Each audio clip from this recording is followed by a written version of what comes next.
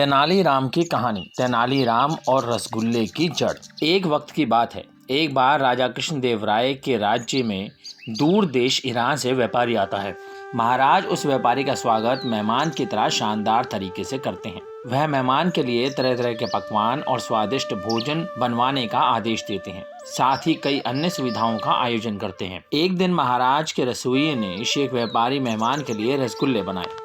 जब शेख व्यापारी ने रसगुल्ले खाए तो उसे बहुत स्वादिष्ट लगे। उसने महल में मौजूद लोगों से रसगुल्ले की जड़ के बारे में पूछा। ये सुनकर रसोइया समेत महल के कई लोग सोच में पड़ जाते हैं। शेख व्यापारी की मांग के बारे में महाराज को जानकारी दी जाती है। फिर महाराज बिना देर किए अपने सबसे चतुर मंत्री तेनालीराम को बुलाते हैं और सारी बात बताते हैं।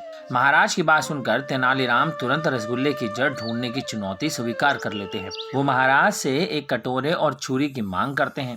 साथ ही एक दिन का समय भी मांगते हैं। फिर अगले दिन महाराज की भरी सभा में तेनालीराम कटोरे में रसगुल्ले की जड़ लेकर आ जाते हैं। कटोरा मलमल के कपड़े से ढका होता है। तेनालीराम उस कटोरे के साथ शेख व्यापारी के पास जाते हैं और उन्हें कपड़ा हटाने को कहते हैं। जैसे ही शेख व्यापारी कटोरे का कपड़ा हटाता है तो वहाँ बैठा हर कोई हैरान हो जाता है। उस कटोरे में गन्ने के कई टुकड़े होते हैं। महाराज के साथ हर कोई हैरान होकर तेनालीराम से पूछता है कि ये क्या है। बुद्धिमान और चतुर तेनालीराम अपनी बात रखते हुए सभी को समझाते हैं कि कोई भी मिठाई चीनी से बनती है और चीनी को गन्ने के रस से बनाया जाता है, इसलिए रसगुल्ले की जड़ गन्ना है। तेनालीराम की ये बात सुनकर सभी हंस पड़ते हैं और खुश होकर तेनालीराम की बात से सहमत भी हो जाते हैं। तो दोस्तों, कैसी लगी ये कहानी और ये कहानी हमें क्या सीख देती है? ये कहानी हमें सिखाती है कि किसी भी सवाल या परिस्थिति में चिंतित ना होकर धैर्य के साथ विषय की जड़ तक जाना चाहिए, फिर उसका जवाब ढूंढना चाहिए।